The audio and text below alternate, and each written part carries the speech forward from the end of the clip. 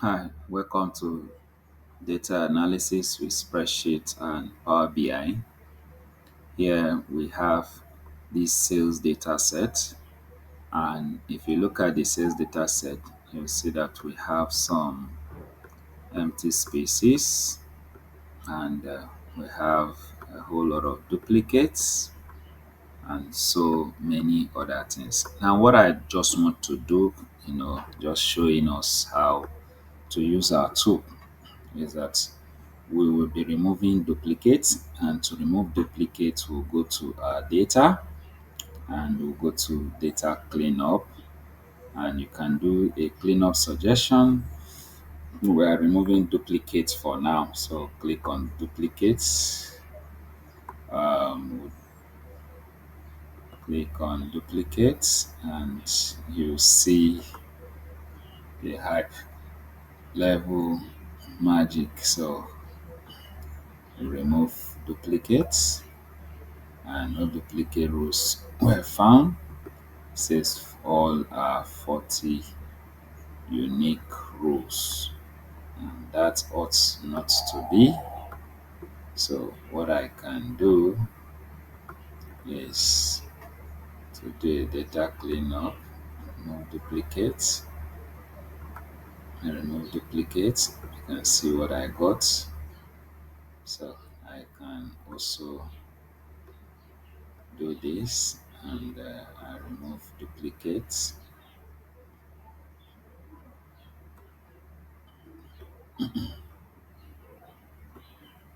Remove duplicates, and I can, this is ought to be unique, so I can let it be.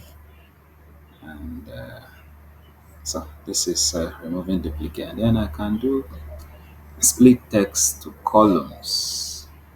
I can split text to columns, so I can split the John Doe and make them into John, maybe as the first name, then Doe as the surname. So how we go about this is that I'll click on this column. Next, select this customer name. Um,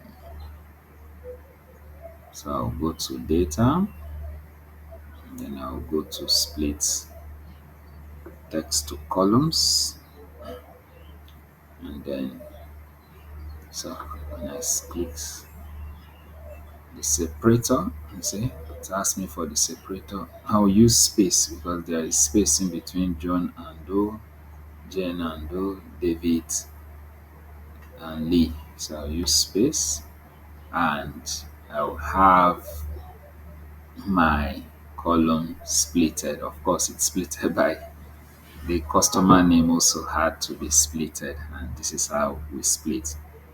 Then I can adjust my cell size. Yes, you can see this is what it gave me, but if I do not want this, I will delete them. I'll delete and delete and delete this. So another thing that I can do is to adjust column width, which I can always look for this outlook, and I can double click and my cell is adjusted to the correct format. And then I can drag borders also, as I can adjust column width using this, adjust this way, and I can go to format and go to format, and I can choose fonts. From format, I have my number, I have my text. I can bolden, I have my font size, so I can increase the size. You see, I can choose to increase the size, but I don't want to increase the size, so I'll do Ctrl Z, and then I can change the format to any direction. I can do alignment. Remember, I can do a center alignment. I can do a right alignment, but I want it on the right, the left alignment. And then we have conditional formatting, where I can go to my format and then I can choose a formatting rule. Here I will have, when I go to format, I choose conditional formatting, and then I can choose a formatting rule. And any rule I choose, for instance, highlight orders over a certain amount. So for instance, I have this sales amount. I can highlight, and then I may choose to say, okay, for greater than greater than 100, I have greater than or less than 100. Let me use greater than 100. What I want to do is that my formatting style can be green, and I can have a color scale which I choose from, and I can do done.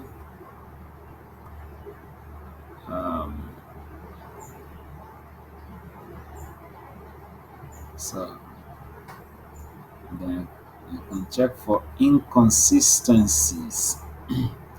Can look for types, variations in data. If I have a small letter P, for instance, I can check for the inconsistency to make, let me just apply a small letter P, or blank cells if there are any form of blank cells which earlier on had removed.